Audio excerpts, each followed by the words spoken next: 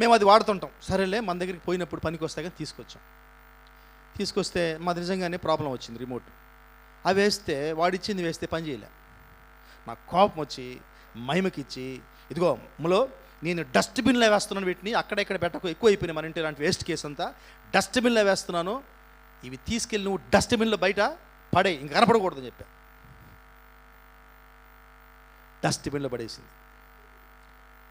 ఆ తర్వాత నేను ఇంకొక రిమోట్ కొని దాన్ని సెటప్ చేసేటప్పుడు గుర్తొచ్చింది, ఉరి దాన్ని కూడా ఇటు చేస్తుంటే వచ్చి పని చేసి ఉండేదేమో అని అప్పుడు మహిమని అడిగా, ఎక్కడుందని. ఎక్కడుందో నాన్న వెళ్ళిపోయింది. మీరు నమ్మరు, మా కుక్కీని వాకింగ్ తీసుకెళ్ళి అట్లా ఇట్లా ఎవరు లేదు కొప్పతుట్లో కూడా చూసా, ఎవరు బయటకు కనిపిస్తేమోనండి. ఏమండి, చాలామంది ఆ పొరపాటు, ఆ రిమోట్ చూసినప్పుడు ఆ పొరపాటు గుర్తొస్తుంది నాకు. ఆ రిమోట్ 800 దాని కాస్ట్. దాన్ని చూసినప్పుడల్లా నాకు అది, అయ్యో దాన్ని పారేయకుండా ఉంటే బాగుండేది, మిస్టేక్ చేసేసాను అని. అది వేస్ట్ అయిపోయింది. ఇటువంటి మిస్టేక్స్ చిన్నవి, చాలా చిన్నది. ఇలాంటివి మనం మోస్తూ తిరుగుతున్నాం. అది ఫర్దర్ మనల్ని ముందుకెళ్ళకుండా చేస్తుంది. ఇంకా ఏమి మోస్తుంటామండి మనం? మన అపజయాలు, ఫెయిల్ అయిపోవడం. ఒకసారి నేను ఆంధ్రప్రగతి గ్రామీణ బ్యాంక్ అనే ఒక బ్యాంకులో పిఓ ప్రొబేషనరీ ఆఫీసర్కి టెస్ట్ రాశాను, క్లియర్ అయిపోయింది. అది ఇంటర్వ్యూకి వెళ్ళాను. ఆ ఇంటర్వ్యూలో అందరూ కుర్ర పిల్లలే, నేను ఎక్స్ సర్వీస్మెన్ కదా. సో నేను ఒక్కడనే 40 ఏళ్ళు ఉన్నోడిని, మిగతా వాళ్ళందరూ యంగ్స్టర్స్. వాళ్ళు వణికిపోతున్నారు, చెమటలు గారిపోతున్నారు. ఒక అబ్బాయికి షేక్ హ్యాండ్ ఇస్తే నిజంగా లిటరల్గా నా చేతికంతా చెమట ఎత్తుక్కుంది. ఇంటర్వ్యూ భయం అనమాట. అప్పుడే అందరికి చెప్పాను, ఎందుకు భయపడుతున్నారు బాబు, నాలా ఉంటాడు భయపడాలా, నాకు ఏజ్ లేదు, 1-2 ఛాన్సులు వస్తాయి అంతే, మీరు ఎందుకు భయపడరు, మీకు ఏజ్ ఉంది, ఎందుకు బయట టెన్షన్ పడతారని చెప్పేసి. నా మనసులో ఏముందంటే నేను సెలెక్ట్ అయిపోతాను అన్న కాన్ఫిడెన్స్ నాకు ఉంది. ఎందుకంటే ఇంటర్వ్యూ సూపర్గా చేశాను నేను.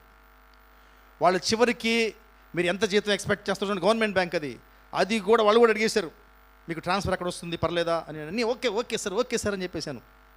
అంతా అయిపోయింది. నెక్స్ట్ డే లిస్ట్ ఇచ్చారు, మన పేరు లేదు దాంట్లో. నాకు భలే బాధ అయిపోయింది. ఎవరినైతే నేను చెమట తుడిచి బాబు భయపడిపోకరని వాడు సెలెక్ట్ అయిపోయాడు. It hurt me. నన్ను చాలా బాధించింది ఆ విషయం. అరే నేను బాగా చేసిన ఎందుకు కాలేదని చెప్పేసి. తర్వాత విషయం ఏం తెలిసిందంటే, ఒక సీక్రెట్ తెలిసిందన్నమాట. తర్వాత ఎక్స్ సర్వీస్ మెన్ స్టార్టింగ్లోనే పీఓలకి అప్లై చేయకూడదంట. మనకు తెలియదు ఆ విషయం, మాకు ఎలిజిబిలిటీ లేదంట. ఫస్ట్ క్లర్క్గా జాయిన్ అయ్యి అక్కడి నుంచి ప్రమోషన్ తీసుకొని వెళ్ళొచ్చు. నాకు తెలియదు ఆ విషయం. నేను అప్లై చేశాను, వాడు నాకు కార్డు ఇచ్చాడు, ఎగ్జామ్ రాశాను, పాస్ అయ్యాను, ర్యాంకులో వచ్చాను, ఇంటర్వ్యూ చేశాడు, ఇంటర్వ్యూ అంతా బాగా చేశాను. ఆ తర్వాత వాళ్ళు వేసుకున్నారు అన్నమాట, ఇవన్నీ డిస్కస్ చేసుకున్నారు. అరే మన కోర్టులకు వెళ్ళిపోతారు వేరే వాళ్ళు, ఇలా అట్టిచ్చావు వీళ్ళకి అని చెప్పేసి నా పేరు పక్కన పెట్టేశారు. ఈ బాధ చాలా రోజులు ఉండింది నాకు. ఎప్పటి వరకు ఉండిందంటే, ఎస్బీఐలో జాయిన్ అయ్యి ఎస్బీఐకి ఏపీజీబీ వాళ్ళు వచ్చేవాళ్ళు మా దగ్గరికి వాళ్ళ అవసరాల కోసం. ఎందుకంటే వాళ్ళంతా మా దగ్గర పెట్టుకుంటారు అన్నీ. వాళ్ళ ఆఫీసర్ ఒక ఆయన నా దగ్గరికి వచ్చేసి, నేను బాధతోటి, సార్ నన్ను కూడా పిలిచుంటే నేను కూడా మీ బ్యాంకులో ఉండేవాడినేమో, మేనేజర్గా ఉండేవాడినేమో అన్నా నేను. ఆయన అట్టేటి చూసి, సార్ సంతోషించండి సార్, మీరు చక్కగా ఫ్యాన్ కింద కూర్చొని పని చేస్తున్నారు, మేము ఊర్లు తిరగాలి సార్, మేము రైతుల దగ్గరికి పోవాలి సార్, మా బాధలు ఎవరికి చెప్పుకునేము సార్, ఇప్పుడు అనుకుంటాం మేము ఎందుకు ఎస్బీఐలో క్లర్క్గా జాయిన్ అవ్వలేదు అనుకుంటుంటాం అన్నాడు అనమాట. అప్పుడు దించాడు దేవుడు భారం.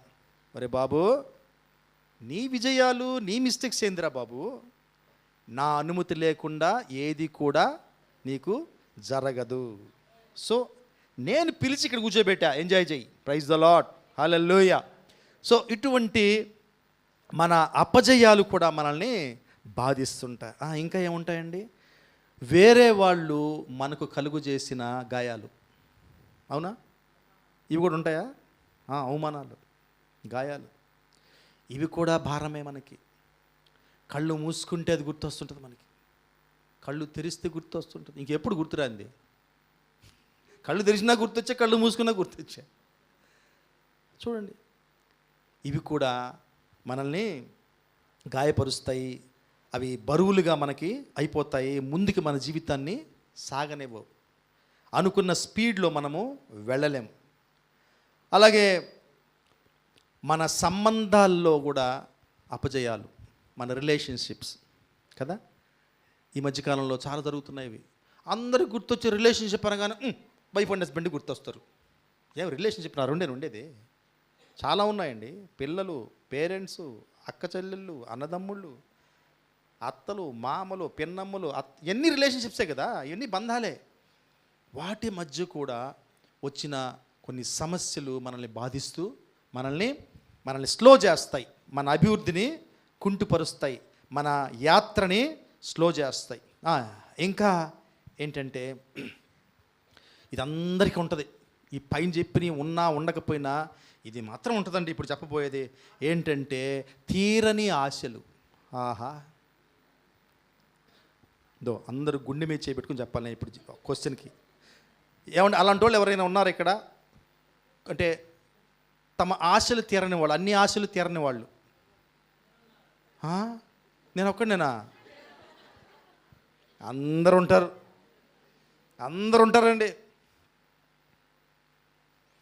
ఇది ఎవరికైనా తగిలితే నా బాధ్యత కాదు, నేను చెప్పాలనుకుంటున్నాను అనమాట. అంతలేదు. నేను ఇప్పుడు చెప్పబోయేది ఎవరికి తగలకూడదు. ఇది జస్ట్ ఎగ్జాంపుల్ చెప్తున్నాను. ఏంటంటే షారు జాబు, శ్రీహరికోట జాబు చాలా అట్రాక్టివ్ జాబ్. దానికి 10,000 జీతం ఉండే జాబ్కి ట్రై చేసి ఫెయిల్ అయిపోయి ఈరోజు 7-8 లక్షలు నెలకి సంపాదిస్తున్న సాఫ్ట్వేర్ ఇంజనీర్స్ కూడా ఆ రోజు ఇది వచ్చి ఉంటే ఎంత బాగుండేది అనుకుంటారు. నేను చెప్పేది నేను అతిగా చెప్పట్లే, వాస్తవం. ఆశ తీరల. సిస్టర్ అన్నట్టు ఆశలకి హద్దేముంటుంది. సో ఇదొక భారం ఉంటుంది మనకి, తీరని కోరిక. ఏమంటే తీరకూడదని కోరికలు ఏముండవు. నాకు కూడా ఉండేది కోరిక. ఏం కోరిక? షారులో పనిచేయాలని. నేను పాలిటెక్నిక్ చేరినప్పుడు నా కళ్ళంతా శ్రీహరికోటే ఉండేది. నాకు అవకాశం రాలా. నేను ఎప్పుడు నాకు జాబ్ అవసరమైనప్పుడు ఎప్పుడు ఆ రిక్రూట్మెంట్లు చూడలే. నేను పేపర్లో ఎప్పుడు చూడలేదు. నేరుగా ఎయిర్ ఫోర్స్కి వెళ్ళిపోయాను, మళ్ళీ కిందకి దిగి వచ్చాను. ఆ తర్వాత వచ్చిందండి జాబు శ్రీహరికోటలో, స్టేట్ బ్యాంక్ ఆఫ్ ఇండియా. అప్పుడు రియల్గా అనుకునేవాడిని, దేవుడిని అడిగి ఒకరోజు నేను శ్రీహరికోటలో జాబ్ అడిగాను చిన్నప్పుడే, అది రాలేదు, మొత్తానికి శ్రీహరికోటలోకి తీసుకొచ్చావు నన్ను. అప్పుడు దేవుడు కూడా జోక్ వేసాడు నాతోటి.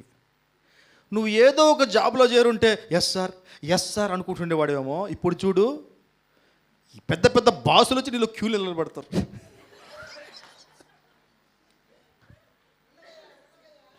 రియల్గా అండి, దేవుడు మాట్లాడాడు నాతోటి, జోక్ వేసాడు అనమాట. So why don't you thank me? ఎందుకు నన్ను కృతజ్ఞతలు చెప్పవు నువ్వు? నేను ఏది చేసినా బెస్ట్ చేస్తాను నీకు అని. మా మిస్సెస్కు లేని స్నేహితులు నాకున్నారు అక్కడ. ఇప్పుడు కూడా ఇప్పుడు మ్యారేజ్లకి వెళ్తుంటాయి, ఫంక్షన్లకి. ఆమెను పలకొచ్చారు, నా దగ్గరికి వస్తారు అందరూ, సార్ బాగున్నారా అని పొగడుతూ ఉంటారన్నమాట. సార్ ఏం సేవ చేశారని చెప్తుంటారు. మరీ ఎక్కువ పొగడుతున్నారు నీ ముందు, అంత సేవలు ఏం చేయలేదు నేను అక్కడ. సో ఇలాంటివన్నీ ఉంటాయండి మనకి, తీరని కోరికలు. ఇవి కూడా భారాలే. ఇక మీకు కూడా ఆల్రెడీ లిస్ట్ ఫామ్ అయిపోయి ఉంటుంది, లిస్ట్ చేసేసుకుంటారు మీరు. ఉంటుంది. ఓకే. సో ఇవన్నీ మనము ఈ వెనక పడేటప్పటికీ ఈ బరువులన్నీ, దీనివల్ల నష్టం ఏంటో తెలుసా? నాకు శ్రీహరికోటలో జాబ్ రాలేదే అన్న దిగులు స్టేట్ బ్యాంకులో నన్ను సరిగ్గా ఆనందించకుండా చేస్తుంది. ప్రస్తుతం ఉన్న నా ఉద్యోగాన్ని నేను ఎంజాయ్ చేయలేను. అరే ఇక్కడికి నేను ఇక్కడ ఉండాల్సినని, నేను ఇక్కడ ఉండాల్సినని. అప్పుడప్పుడు తలంపులు వస్తుంటాయి నాకు, మా మిస్సెస్తో వెళ్ళేప్పుడు ఎక్కడికన్నా. నేను కూడా చేరుంటే మేమిద్దరం అట్లా కలుస్తూ, ఈ ఫ్రెండ్స్ అందరూ నాకే ముందు తెలిసిండేవాళ్ళేమో. చూడండి ఎటువంటి ఆలోచనలు వస్తుంటాయి మనకి. ముందు తెలిస్తే వెనక్కి తెలిస్తే ఏమైనా డిఫరెన్స్ ఉందా? ఎట్టుండేదో. సో ప్రజెంట్ దేవుడు పెట్టిన స్థితిని మనం ఆనందించలేము వీటన్నిటి వల్ల. ఇది నష్టమా కాదా? కాబట్టి మనము ఇవన్నీ దించేసుకొని ఇక్కడ ఒక మూల పెట్టేద్దాము, తర్వాత డేవిడ్కి చెప్తే డేవిడ్ అన్నీ ఎత్తేసి పక్కన పడేస్తాం. ఏం డేవిడ్? డేవిడ్ రెడీ, మనం దించాలంతే మన బరువులు. Praise the lord. ఓకే,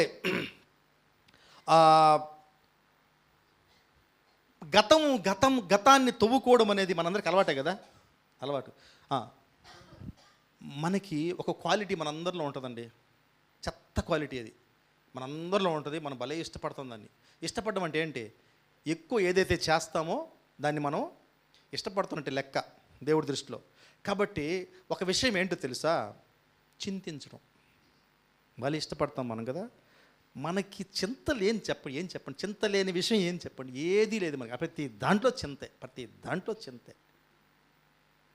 పెళ్ళి కాలేదు చింత. పెళ్ళి అయిపోతుంది, పో. నెక్స్ట్ చింత. పిల్లలు అయిపోయింది, పిల్లడు కూడా పుట్టేశాడు. ఆగింది చింత. నాకు వీడికి ఎట్టో, ఈ పాపకి ఎట్టో, ఓ అమ్మ ఆ కాన్వెంట్లో 2 లక్షలంట. ఏమండి, విత్తనం విత్తినవాడు, నారు వేసినవాడు నీరు పోయిడా? అవన్నీ గుర్తురావు, చింతలు. సో దీనివల్ల మనకి లాభము ఏమీ లేకపోగా నష్టమే ఎక్కువ. మన ముందుకు సాగేదాన్ని వెనక్కి లాగుతుంది. కాబట్టి మనకందరకు తవ్వుకునేది అలవాటు. కానీ దయచేసి ఈరోజు పరిశుద్ధాత్మ దేవుడు మనకేం చెప్తున్నాడంటే, బాబుల్లారా, అమ్మల్లారా, మీరు తవ్వుకోండి, కానీ మంచి విషయాలు తవ్వుకోండి. ఏమండి, ఇప్పుడు మళ్ళీ గుండెల మీద చేపెట్టుకొని చెప్పండి, మీకు ఏ మంచి చేయలేదు దేవుడు? మంచి చేసిన వాళ్ళు చేయొద్దండి. అమ్మయ్యా, యేసయ్యా నీకు వందనాలు నాయనా. ఇలాంటి విషయాలు తవ్వుకోమంటున్నాడు ఈరోజు పరిశుద్ధాత్మ దేవుడు. ఈ పాత విషయాలు, గతించిపోయిన విషయాలు తవ్వుకోండి, కానీ వాటిలో మంచివి తవ్వుకుందాం. కొంతమందికి ఉంటుంది, నేను ఉండేవాడిని ఆ స్థితిలో. సెల్ఫ్ పిటీ అంటారు దాన్ని. ఏమంటారు? Self pity. తెలుగులో చెప్తారు ఎవరన్నా? మన మీద మనకే జాలి. దయచేసి ఈ క్వాలిటీ ఎవరిలో అయినా ఉంటే ఫాస్టింగ్ చేసైనా సరే వదిలించుకోవాలి దీన్ని. ఈరోజు ఫస్ట్ దించాల్సిన దాన్నే, బరువుని. Self pity. అది మనకి బరువు అనిపించదు, కానీ అన్నిటికన్నా బరువైంది అది. సెల్ఫ్ పిటీ అంటే తెలుసా? నేను చేసేవాడిని ఈ పని, నేను విశ్వాసంలోకి రాకముందు. గతాన్ని తవ్వుకొని, గతంలో నాకు ఎదురైనటువంటి అపజయాలు, అన్యాయాలు, అక్రమాలు ఇవన్నీ తలుచుకొని, నేను ఎక్కడికి వెళ్ళినప్పుడు నన్ను అందరూ జాలిగా చూడాలనుకునేవాడిని. నేను డిప్లొమాలోనే చదువు వదిలేశా. 18.5 సంవత్సరానికే సర్వీస్కి వెళ్ళిపోయా. సంతోషం ఉండొచ్చు కదా వీడు? సంతోషమా కదా? ఎంగేజ్లో జాబ్ వచ్చింది, మా తల్లిదండ్రులకు అవసరమైనప్పుడు ఉద్యోగం వచ్చింది, వాళ్ళని పోషించగలిగాను, సంతోషించచ్చు కదా. ఎంతసేపటికి ఏంటంటే, నేను ఎక్కడైనా నాతో పాటు చదివిన ఫ్రెండ్స్ దగ్గరికి వెళ్ళినప్పుడు, వాళ్ళంతా అమెరికాలో ఉన్నారు, వాళ్ళంతా నన్ను చూసి, అబ్బో మధుబాబు జీవితం పాప ఏ విధంగా అయిపోయింది, ఏ పరిస్థితులు, ఎంత మంచి పరిస్థితులు ఉంటే ఇటు ఉండేవాడా, మనతో పాటు అమెరికాలో ఉండేవాడు కదా అని అనుకోవాలా, జాలిపడాలా. యేసు ప్రభులోకి వచ్చిన తర్వాత అప్పుడు నాకు అర్థమైంది, అమ్మో ఇది భయంకరమైన పాపం, సాతాను మనల్ని బిగబట్టేసి ఉంటాడు, అటువంటి పాపం ఇది. స్వజాలి, నీ మీద నీకే జాలి అని వస్తే అండి, మీరంటే ఏం చేయాలి తెలుసా? యేసు నామములో పో అని చెప్పాలి దానికి. అటువంటి భయంకరమైన బరువు ఇది. కాబట్టి తవ్వుకుందాం, మన పాస్ట్ని, మనకు జరిగిపోయిన విషయాన్ని తవ్వుకుందాం, మంచి విషయాలను తవ్వుకుందాం, మంచి విషయాలను తవ్వుకొని మనసును సంతోషపెట్టుకుందాము, ఆయనకి థ్యాంక్స్ చెప్పుకుందాం. Praise the lord. ఈరోజు ఆరాధనలో కూడా నాకు ఎందుకో భలే ఎమోషనల్ అయిపోయాను నేను. అన్నీ గుర్తొస్తున్నాయి నాకు జరిగిన మంచిది గుర్తొస్తున్నాయి. ఏంది ప్రభువా ఇది? నేనేంది ప్రభువా? ఒక సంఘంలో ఏంది? నేను ముందుండడం ఏంది? నేను పాటలు నడిపించడం ఏంది? నేనేంది ప్రభువా? ఈ ప్రియమైన బిడ్డలందరూ చుట్టూ ఎంత మంచి వాళ్ళని ఇచ్చావు ప్రభువా, అసలు నాకు ఎలిజిబిలిటీ ఉందా, అర్హత ఉందా? ఎంత వేషధారి జీవితం నాది, ఎంత భయంకరుణ్ణి నేను. అటువంటి వాడికి నువ్వు ఇటువంటి పరిశుద్ధుల మధ్య ఒక స్థానం ఇచ్చావా అని చాలా ఎమోషనల్ అయిపోయాను ఈరోజు. అటువంటి మంచి విషయాలు మనము గుర్తు చేసుకోవాలండి. సో అందరికీ అండి ఫ్లాష్ బ్యాక్లు ఉంటాయి కదా. ఫ్లాష్ బ్యాక్ తెలుసు కదా, రొయ్యి రొయ్యి రొయ్యి రొయ్యి తిరుగుతుంటాయి, రింగులు తిరుగుతుంటుంది కదా సినిమాలతో. రింగులు రింగులు తిరిగి వెనక్కి వెళ్ళిపోతున్నాడు. ఓకే, అందరికీ చెడ్డ ఫ్లాష్ బ్యాక్ ఉంటుంది, మంచి ఫ్లాష్ బ్యాక్ ఉంటుంది. అయితే పరిశుద్ధాత్మ దేవుడు ఈరోజు మనందరికీ ఒక విషయం చెప్తున్నాడు. ఎట్టి పరిస్థితుల్లో ఆ చెడ్డ ఫ్లాష్ బ్యాక్లో ఏలు పెట్టద్దు. పెట్టావో ఇక రాదు, కాలు రాదండి, నీకు నువ్వు తీసుకోలేవు దాన్ని.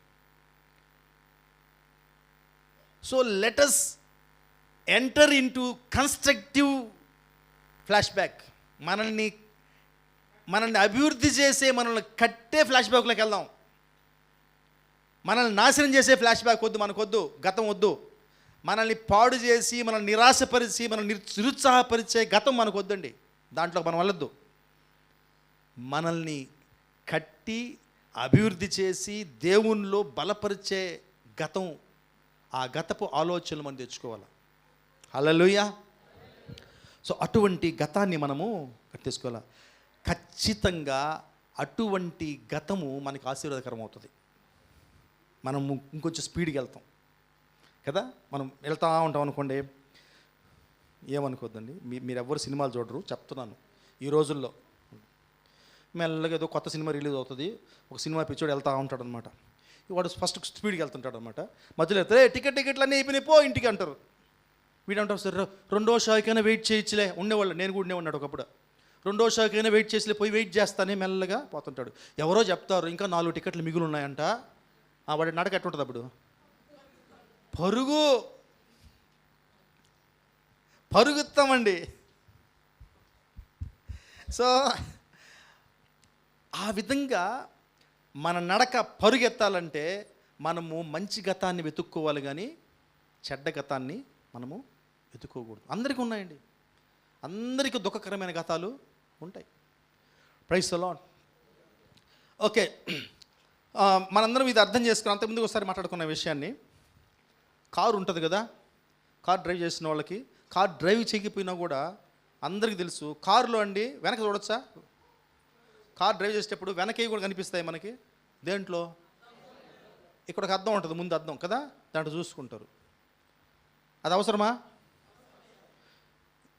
వేరే కూడా చూసుకోవచ్చు, వేరే అద్దాల్లో కూడా, పక్కన అద్దాలు ఉంటాయి కదా, వాటిల్లో కూడా వెనక ఏం జరుగుతుంది చూసుకోవచ్చు. ఇవి అవసరమా లేదా? అంటే వెనకున్న వాటిని చూసుకోవడము అవసరము. అయితే ఏ డ్రైవర్నైనా చూసారా మీరు? వాటిలోనే చూసుకుంటూ నడిపేవాడిని చూసారా? ఏమవుతుంది? వెనక వాటి గురించి అంత ఆసక్తి చూపిస్తే ముందు యాక్సిడెంట్ అయిపోతుంది. అలాగే మన గతంలోని కొన్ని విషయాలు అప్పుడప్పుడు చూసుకోవడానికే దేవుడు పెట్టింది మనకి. ఎంతసేపటికి అక్కడికి వెళ్ళిపోయి ఇది జరగలేదే మళ్ళీ చెప్తా, శ్రీహరి కోటలో ఉద్యోగం రాలేదులే, అరే నీకు ఉన్న ఉద్యోగం నేను చేయి. ఏందిరా నువ్వు అంటాడు దేవుడు. నేను ఇచ్చిందా నేను చేయి, నువ్వు ఎందుకు మళ్ళీ పాతకి అక్కడికి వెళ్ళిపోతావు నువ్వు అంటే, నేను మంచి చేసినా కూడా నీకు ఆ ఫెయిల్యూర్ గుర్తొస్తుంది. ఏమంటే యోసేపుకి జరిగింది అన్ని ఫెయిల్యూర్సే కదా, మామూలు మనిషి భాషలో చెప్పాలంటే. కానీ దేవుడు వాటిని దేవుడు బ్లెస్సింగ్ చేయలే. ఆయనకే కాదు, ఒక దేశానికే బ్లెస్సింగ్ చేశాడు, ఒక జనరేషన్కి బ్లెస్సింగ్ చేశాడు. సో గతం తవ్వుకుందాము, కానీ మంచి గతాన్ని తవ్వుకుందాం. హల్లెలూయా. సో ఆదికాండము 19:26లో లోతు వైఫ్ గురించి చెప్పబడింది. అలా మనం ఉండకూడదని ఈ వాక్యం చదువుతున్నాం. అయితే లోతు భార్య అతను వెనక నుండి తిరుగు చూచి ఉప్పు స్తంభం ఆయను. ఎందుకు ఉప్పు స్తంభం అయిందండి ఆమె? ఏమవుతుంది అక్కడ? వదిలిపెట్టిన వాటిని తిరిగి చూసింది. ఆ దారుణం చూడడానికి మీరు అట్లా అట్లా అట్లా మెల్లకన్ను కూడా పెట్టకూడదని చెప్పాడు దేవుడు. కానీ ఆమె ఏం చేసింది? నా ఇల్లు, నా స్నేహితులు, వాళ్ళు మంచోళ్ళు ఉన్నారు, పాపం వాళ్ళు కొంచెం బెటర్గా ఉన్నారు వాళ్ళు అని అనుకుంటుంది మనసులో. దేవుడు వెనక్కి చూడొద్దన్నాడు. సో మనము కూడా దేవుడు మనకిచ్చినటువంటి ఈ ఆశీర్వాదపు యాత్రలో సాగేటప్పుడు మనము వెనక్కి తిరిగి చూడకూడదు. ఎన్నో ఉండొచ్చు, మనకి ఫెయిల్యూర్స్ ఉండొచ్చు, సక్సెస్ కూడా ఉండొచ్చు. ఒకసారి ఆ సక్సెస్ మనల్ని గర్వం చేస్తాండి. ఇది కూడా ఉంది, మనకి విజయాలు ఉంటాయి ఒక్కొక్కసారి గతంలో. వాటిని ఎక్కువ తలంచుకొని ఏం చేస్తుంది తెలుసా, దేవుడు మరొక విజయం వైపు నడిపిస్తున్న చాలే అనుకుంటాం. మనకు చాలే ఇది. దేవుడు నిన్ను తోస్తున్నా సరే, అరే బాబు ఇది కాదు నీకు పెట్టింది, ఇది జస్ట్ ఫస్ట్ మైల్, ఇది నువ్వు 7వ మైల్ వరకు వెళ్ళాలి, వెళ్ళు అంటే వద్దు ప్రభువా ఇక్కడ కంఫర్ట్గా ఉంది. అలాగే లూకాసు వార్త 9:62 ఒక మాట ఉంటుంది చూడండి. యేసు నాగటి మీద చేయి పెట్టి వెనుకతట్టు చూచు వాడెవడును దేవుని రాజ్యమునకు పాత్రుడు కాడని వానితో చెప్పెను. ఏమండి, నాగటి మీద ఆల్రెడీ చేయి పెట్టేశాం దేవుని రాజ్యంలో. ఇక మనము ఆ విధ్వంసకరమైన గతాన్ని మనము చూడనవసరం లేదు, వెనక నువ్వు చూడనవసరము లేదు. సో దేవుడు కూడా మనకి గుర్తు చేస్తూ ఉన్న విషయాన్ని. ఒక్కొక్కసారి మన గతం కన్ఫ్యూజ్గా ఉంటుందండి. ఎందుకు ఇలా నడిపించాడు దేవుడు, ఇంతవరకు దానికి ఏం రిజల్ట్ రాలేదే అని మనం దేవుని డౌట్ చేస్తాం. ఒక మాట చదువుదాము, ప్రసంగి గ్రంథము 11:5. మనకు ఈ విషయము అంటే ఈ ఫస్ట్ ఈ వాక్యం చదువుదాము, తర్వాత దాని ద్వారా దేవుడు మనతో ఏం మాట్లాడుతున్నాడో చూద్దాం. చూలాలి గర్భమందు ఎముకలు ఏకరీతిగా కదమ్మా, ఏ రీతిగా ఎదుగునది నీకు తెలియదు, గాలి ఏ త్రోవను వచ్చునో నీ వెరుగవు, అలాగున్నే సమస్తమును జరిగించు దేవుని క్రియలను నీ వెరుగవు. ఏం చెప్తుంది ఈ వాక్యము? దేవుడు చేసే ప్రతి పని మనకు అర్థం కాకపోవచ్చు, నీకు అర్థం కాకపోవచ్చు, ప్రతి ఒక్కటి మనకు అర్థం అవ్వాలని లేదు, అవసరం లేదు. కొంతమంది అంటారు నాకు అన్నీ అర్థమైపోతాయని. నేను చెప్తాను ఈరోజు పచ్చి రాంగ్ అది. ఇక నువ్వు దేవుడివే కదా, అన్నీ నీకు అర్థమైపోతాయి. దేవుడు ఎంతవరకు అవసరమో అంతవరకు నీకు బయలుపరుస్తాడు. ఆయన తెలుసు మన బలహీనతలు. గొప్ప గొప్ప ప్రవక్తలు ఎవరి గురించి వాళ్ళు ప్రవచించారో ఆ ప్రవక్తలకు కూడా వారి జీవితం గురించి తెలియదు, ఏమవుతుందో. అటువంటి పరిస్థితులు గుండా దేవుడు మనల్ని నడిపించినప్పుడు ఈ వాక్యం గుర్తుపెట్టుకోవాలి. అలాగుననే సమస్తమును జరిగించు దేవుని క్రియలను మనం ఎరుగుము. We may not fully understand the guidance of God. దేవుని నడిపింపు మనకి సంపూర్ణంగా అర్థం కాకపోవచ్చు. అందుకని మన కన్ఫ్యూజన్స్ ఉంటాయి. ఏంటిది గతమంతా కన్ఫ్యూజ్గా ఉంటుంది. No confusion. పరిశుద్ధాత్మ దేవుడు చెప్తున్నాడు ఈరోజు, నన్ను అడిగావు గనుక నడిపింపు, డోంట్ డౌట్ ఇట్. అనుమానించొద్దు, నువ్వు చక్కగా నడిపిస్తున్నాను నేను. నీకు అర్థం కాకపోవచ్చు. చాలా విషయాలు మనకు అర్థమవుతాయండి, చాలా విషయాలు అర్థమైపోతాయి. కానీ మనం వాటి గురించి చింతపడం, కానీ అర్థమైన వాటి గురించి సంతోషపడకుండా 100 విషయాలు ఉంటే 99 విషయాలు మనకు అర్థమైపోతాయి. దేవుడి విషయం అర్థం చేస్తుంటాడు, కానీ ఒక్క విషయం అర్థం కాదు. కానీ మన చింతంతా దాని మీదే ఉంటుంది. ఇదేంటిది టైం వచ్చినప్పుడు చెప్తాడులే, నువ్వేం టెన్షన్ పడకు. అది కూడా చెప్తాడు నీకు, ఆ 100వ విషయం కూడా చెప్తాడు దేవుడు. కానీ మన మన మన ఆలోచనలన్నీ ఆ తెలియని విషయం మీదనే ఎక్కువ మనకి ప్రచారం చేస్తుంటాయి ఆలోచనలన్నీ. ఓకే, డెఫినెట్గా ఒకరోజు నువ్వు అది చేరాక, ఆ ప్లేస్ నువ్వు చేరుకున్నాక దేవుడు నీ యొక్క యాత్రలో ఆ జరిగిన పరిణామాన్ని కూడా నీకు చెప్తాడు. నీకు అర్థమైపోతుంది ఎందుకు నేను ఆ జంక్షన్ గుండా వచ్చాను, ఎందుకు నేను ఆ రోడ్లో వచ్చాను అని కూడా మనకి అర్థమవుతుంది. Praise God.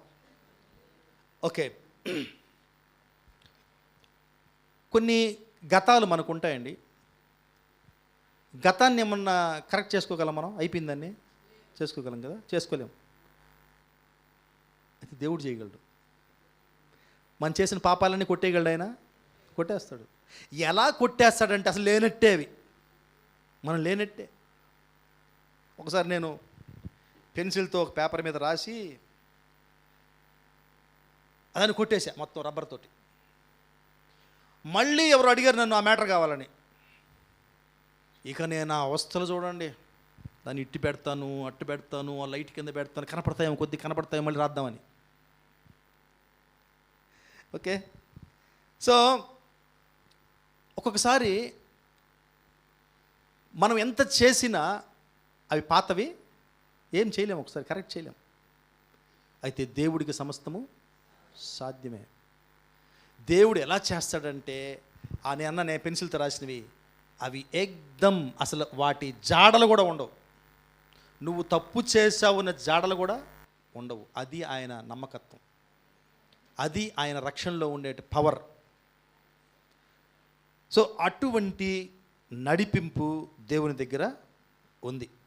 అయితే ఈ గతము మనల్ని పట్టి వెనక్కి లాగుతుంటుంది. ఒక ఫెయిల్యూర్ అనుకుందాం, ఒక అపజయం అనుకుందాం.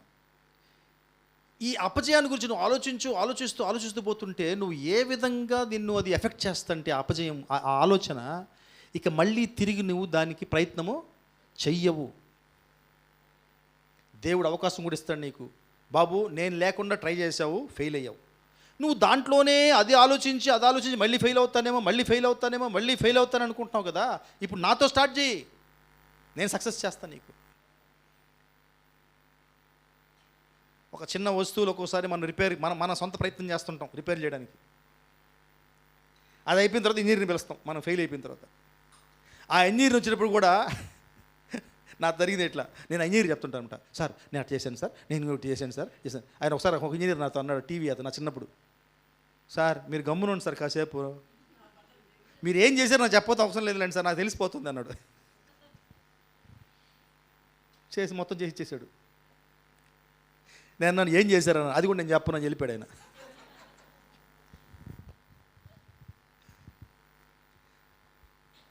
ఆయన ఇంజనీర్లకే ఇంజనీర్ అండి మన దేవుడు, డాక్టర్లకే డాక్టర్ ఆయన తెలియని విషయాలు ఏమైనా ఉంటాయా? కాబట్టి గతంలో ఏదో జరిగిపోయిందని దాన్ని గురించి ఆలోచిస్తూ అక్కడ నిలబడిపోకుండా దేవుడు అవకాశం ఇస్తే, ఇప్పుడు దేవుడు మన తోడున్నాడు. ఈజ్ ఎన్ ఇమ్మాన్యుయల్, ఆయన ఇమ్మాన్యుయల్. ఆయన అదే ఫెయిల్యూర్ని మళ్ళీ నీకు విజయంగా మార్చగలడు. ఆమెన్, యేసు నామములో amen, praise the lord. So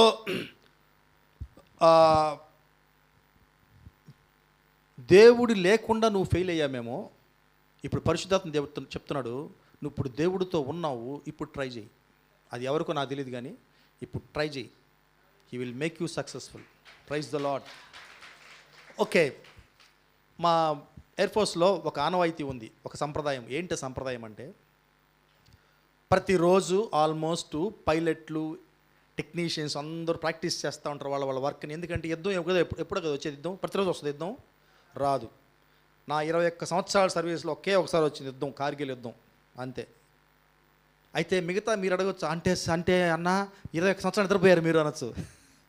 నిద్రపోనీరండి, వాళ్ళు ప్రాక్టీస్ చేయిస్తున్నారు. అలాగే విమానాలు ఎగరేసే పైలట్లకు కూడా రోజు ప్రాక్టీస్ ఉంటుంది వాళ్ళకి, రోజు ఎగరేయాలి వాళ్ళు విమానాలు, మర్చిపోకూడదు విమానం డ్రైవింగ్. కారు కాదు, రోజు షెడ్లోంచి తీసి ఇటు పోయి కూరగాయలు తీసుకొచ్చి, అయితే కారు కాదు, అది విమానం కదా, ఊరికే ట్యాక్సీలాగా నడపలేరు కదా. అందుకని వాళ్ళకి ఒక షెడ్యూల్ వేసి ఆ షెడ్యూల్ ప్రకారం వాళ్ళని ఫ్లై అవ్వమంటారు, నడపమంటారు. యుద్ధ విమానాలు అవి చాలా ఫాస్ట్ వెళ్తాయి, మామూలు మన ఈ విమానాలు కాదు. టచ్లో ఉండాలి వాళ్ళు. అయినప్పటికీ ఒక్కొక్కసారి ఎయిర్ క్రాష్లో చూస్తాం, పేపర్లో చూస్తుంటాం కదా, ఆగ్రాలో కూలిపోయింది, జైపూర్లో కూలిపోయింది యుద్ధ విమానం అని చెప్పేసి పైలట్స్ చచ్చిపోతుంటారు. అయితే మేము ఒకటి గమనించేవాళ్ళం, అప్పుడే మాకు మీడియాకి తెలియక ముందే మాకు తెలిసిపోద్ది, సైరన్ కొడతారు, గబాగా అందరూ యూనిఫామ్లు వేసుకొని వెళ్ళిపోతాం వాడికి. అప్పుడు చెప్తారు మాకు, బాబు ఒక ఎయిర్ క్రాష్ అయింది, మనదే ఫ్లైటు, మన పైలట్ చనిపోయాడు, మీరు ఎవరు కంగారు పడకూడదు, అందరు డ్యూటీలు కట్టి వచ్చేయండి అంటారు. ఎందుకు చెప్తారు తెలుసా ఆ మాట వాళ్ళు? ఇంకా చెప్తాను చూడండి. నెక్స్ట్ ఏం చేస్తారు తెలుసా? కంపల్సరీగా పైలట్స్ అందరూ డ్యూటీ అటెండ్ అవ్వమంటారు.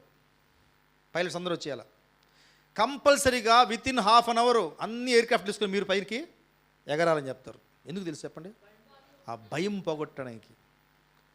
ఆ భయం పోగొట్టడానికి అందరిని యాక్టివేట్ చేసేస్తారు. అది డిఫెన్స్ రూల్. అది అంటే ఎవరికో ఏదో అయిందని కూర్చుంటే ముందుకు ఎవరు ఎదలరు.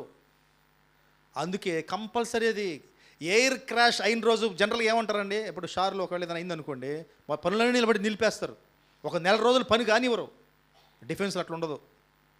ఫెయిల్ అయిన రోజే మొత్తం యాక్టివేట్ చేస్తారు. మొత్తం యాక్టివిటీస్ అని ఒకే రోజు జరిపిస్తారు వాళ్ళు. ఆ కాన్ఫిడెన్స్ తేవడానికి, ఒకరికి జరిగిందని అందరికి జరగాలని లేదు, యు ఆర్ సక్సెస్ఫుల్ అని వాళ్ళు కాన్ఫిడెన్స్ ఇచ్చి పంపిస్తారు అందరిని వీళ్ళకి. అదే రోజు చేస్తారు అవన్నీ, అదే రోజు కొన్ని నిమిషాల్లోనే. సో అలాగే మనకి ఒక్కొక్కసారి దేవుడు ఏదైనా ఫెయిల్యూర్ జరిగినప్పుడు ఆ యొక్క బలహీనత నుంచి బయటపడడానికి, ఆ భయం నుంచి బయటపడడానికి దేవుడు అయ్యే చేయిస్తాడు ఒకసారి మన చేత.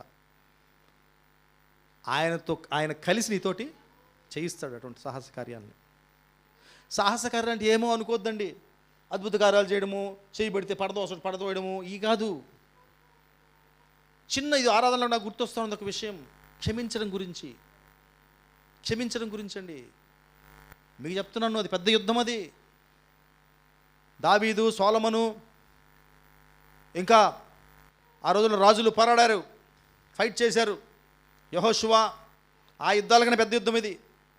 హృదయంలో ఒకరిని క్షమించడం, లేదా మనం చేసిన తప్పుని ఒకరి ముందు వెళ్ళి బేషరతుగా ఒప్పుకోవడం, ఇవండి యుద్ధాలు.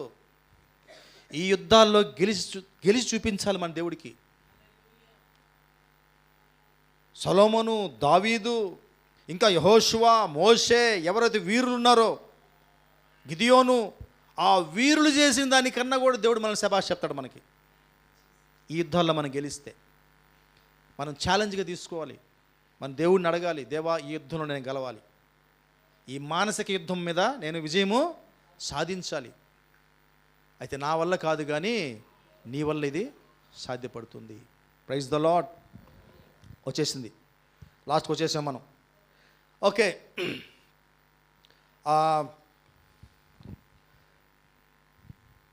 సో ఎంతమంది వెనక్కి వెళ్ళాలనుకుంటున్నారు గతంలోకి?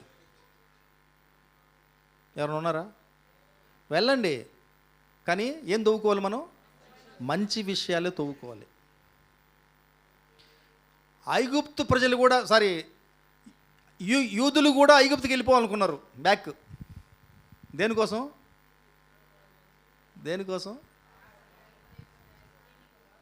అవన్నీ కరెక్టే, మళ్ళీ బానిసలుగా బతకడానికి.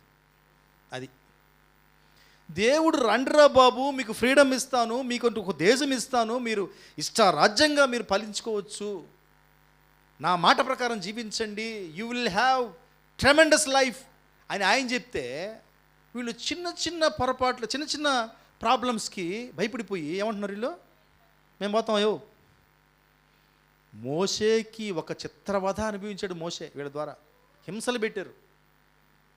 ఆమె చీమ చుట్టుకు మనకూడదు, ఇదిగో అందుకే మేము చెప్పింది, మమ్మల్ని ఎందుకు పిలిచావు?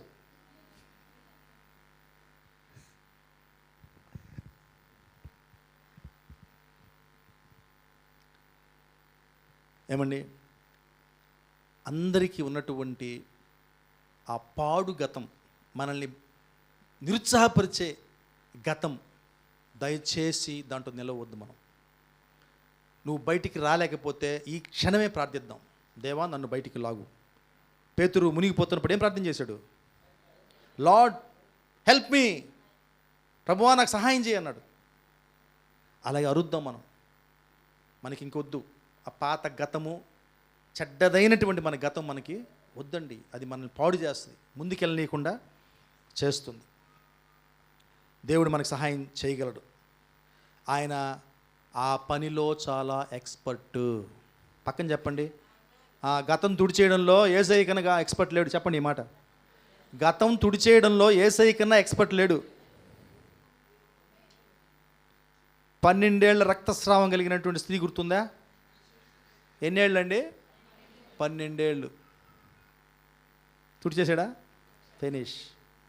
38 సంవత్సరాలు అనారోగ్యం కలిగిన ఆయన ఉన్నాడు. ఎన్నేళ్ళు? 30 సంవత్సరాలు. లేపాడా? Praise the Lord. దేవునికి సమస్త సమస్తము సాధ్యమే. దేవుడికి సమస్తము సాధ్యమే. లాజరు 3 రోజులైంది, కుళ్ళు రావాలి, కుళ్ళు వాసన రావాలి, వస్తుంటుంది కూడా, వచ్చేసి ఉంటుంది. సమస్తం ఆయనకి సాధ్యం. ఏమండి, ఈ లోకంలో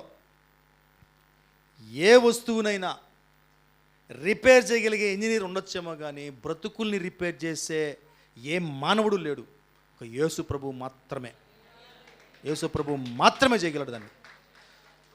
సో ఆయన సహాయం మనం తీసుకుందాం. గతంలో నుంచి మనం బయటికి వద్దాం, ఆ బరువుల్ని మనము దించుకుందాం, సంతోషం సమాధానంతో మనము వెళ్దాం. చూడండి, మత్తయి సువార్త 11:28 దేవుడు ఏం స్టేట్మెంట్ చెప్పాడు చూద్దాం. చూడండి, ప్రయాసపడి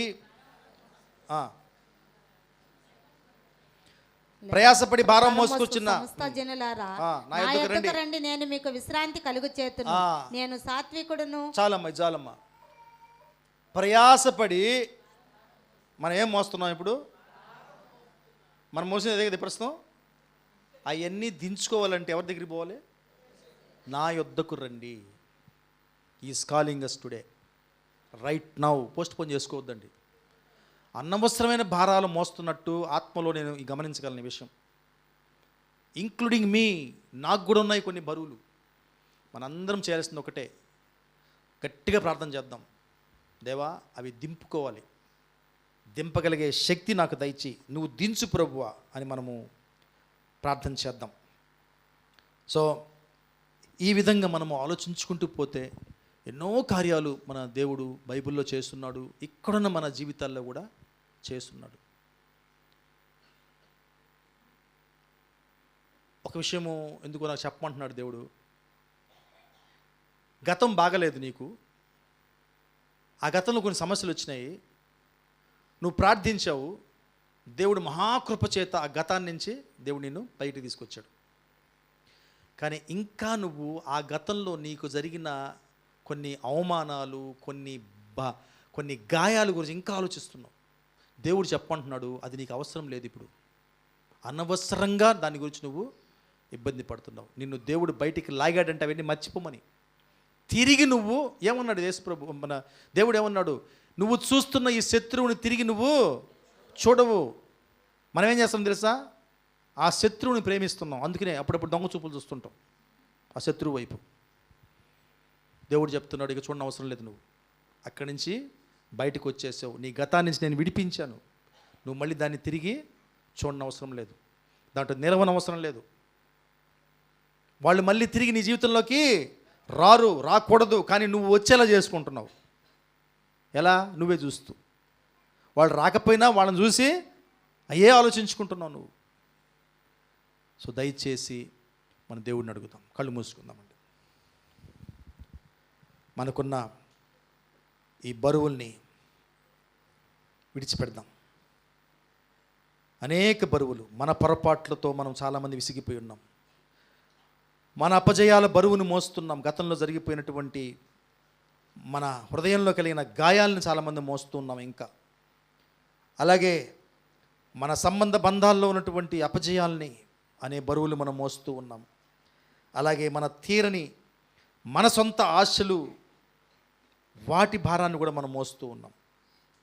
ఈరోజు వాటన్నిటిలో మనం ఉండిపోయి ఆ బరువుల్లోనే మనం కొట్టుకుని పోతూ దేవుడిచ్చినటువంటి ఈ మంచి జీవితాన్ని చాలామంది ఎంజాయ్ చేయలేకపోతున్నాం. పిల్లరా, ఆ కఠినమైన అధ్యాయాలు నీ జీవితంలో గతించిపోయిన ఆ కఠినమైన అధ్యాయాలు ముగిసిపోయాయి అని గుర్తు చేసుకోవాలి. దేవుడు ఆ అధ్యాయాలను ముగించేశాడు. ఇక ఆ అధ్యాయాలతో నీకు సంబంధం లేదు. ముందున్న అధ్యాయాల్లో మనం నడుచుకోవాలి. ముందున్న బ్యూటిఫుల్ చాప్టర్స్ మన జీవితంలో తెరిచాడు దేవుడు. కొత్త పేజీలు తెరిచాడు. ఆ పేజీల్లోకి మనం వెళ్దాం. ప్రార్థిద్దాం. పరిశుద్ధుడా, గొప్ప దేవా, నీకు వందనాలు, నీకు స్తుతులు, స్తోత్రాలు తండ్రి. అవును దేవా, మేమందరము చాలామంది తండ్రి రకరకాల బరువులు వేసుకున్నాం. వెనక్కి చూస్తూనే ఉన్నాం. మా వెనక బరువుని అవసరం లేకపోయినా మోస్తున్నాం. ఆ బరువుని మీరు దించేసినా అయ్యా దాన్ని తిరిగి మేము భుజాన్ని వేసుకుని వెళ్తూ ఉన్నాం. ఈరోజు మాకు కనువిప్పి కలిగేలా మీరు మాట్లాడారు అయ్యా. దించుకునే శక్తిని మాకు దయచేయండి. ఎంత మంచి జీవితం ఇచ్చారు ప్రభా, మాకు ఎన్ని కార్యాలు చేశారు నాయన. కానీ మాటి మాటికి నేను వెనక్కి తిరిగి చూస్తున్నాను. లోతు వైఫ్ లాగా తండ్రి, మాటి మాటికి నేను వెనక్కి తిరిగి చూస్తున్నాను. నువ్వు చెప్పినట్టుగా ఈ దేవుని రాజ్యంలో నాగటి మీద చేయి పెట్టి వెనక్కి తిరిగి చూడొద్దన్నావు. నా పని ముందు దున్నుకుంటూ పోవడమే నాయన. అది నేను చేయలేకపోతున్నాను. నన్ను క్షమించడమే కాదు, నా గతం వైపు, నా వెనుక బరువుల్ని దించుకునే శక్తిని నాకు దయచేయండి. వడివడిగా సంతోషంగా నా ముందున్న తండ్రి ఆ గమ్యాన్ని, నువ్వు పెట్టిన గమ్యంలో సంతోషంగా వెళ్ళగలిగే కృపను నాకు దయచేయండి. సహాయం చేయండి తండ్రి. నీ శక్తి కలిగిన, అధికారము కలిగిన యేసు నామములో అనవసరమైనటువంటి ఆ చిక్కులు పెట్టు ప్రతి భారాన్ని యేసు శక్తి కలిగిన నామంలో దించివేస్తున్నాం. Let every weight that you don't desire be broken in the name of Jesus. సహాయం చేయండి ప్రభా. అయ్యా, ఈ పాటికి మేము చాలామంది చాలా దూరం వెళ్ళి ఉండాల్సింది ప్రభా. చాలా దూరం వెళ్ళిపోయి ఉండేవాళ్ళం తండ్రి. కానీ ఆ బరువుల వల్లే తండ్రి మేము స్లో అయిపోయాం. మా ఆత్మీయ జీవితం స్లో అయిపోయింది. అయ్యా, ఇప్పటికైనా మేము మా వెనక్కి చూడక ముందున్న వాటిపై మా నేత్రాలు పెట్టి, నువ్వు చెప్పావు నీతి కార్యాల వల్ల మమ్మల్ని రక్షించలేదు, కానీ నీతి కార్యాలు చేయడానికి కోసం రక్షించావు. మా నీతి కార్యాలు మమ్మల్ని రక్షించలేదు ప్రభువా. కానీ ఏ నీతి కార్యాలు మీరు ఆల్రెడీ మా జీవితంలో సంకల్పించావో అవి చేయడానికి మమ్మల్ని పిలిచావు. కాబట్టి మా గమ్యం అదే. నువ్వు పెట్టిన తలంపుల్లో మేము ఉండాలి. నువ్వు పెట్టిన సంకల్పాల వైపు మేము వెళ్ళాలి. అటువంటి పట్టుదల మాకు దయచేయండి. అటువంటి ఆలోచనలు మాకు దయచేయండి. అటువంటి బలాన్ని మాకు దయచేయండి. కృప చూపించమని యేసయ్య అతి పరిశుద్ధ నామంలో అడిగి వేడుకొంచున్నాం పరమ తండ్రి. Amen, amen. Thank you Jesus. Praise the lord. God bless you. Thank you.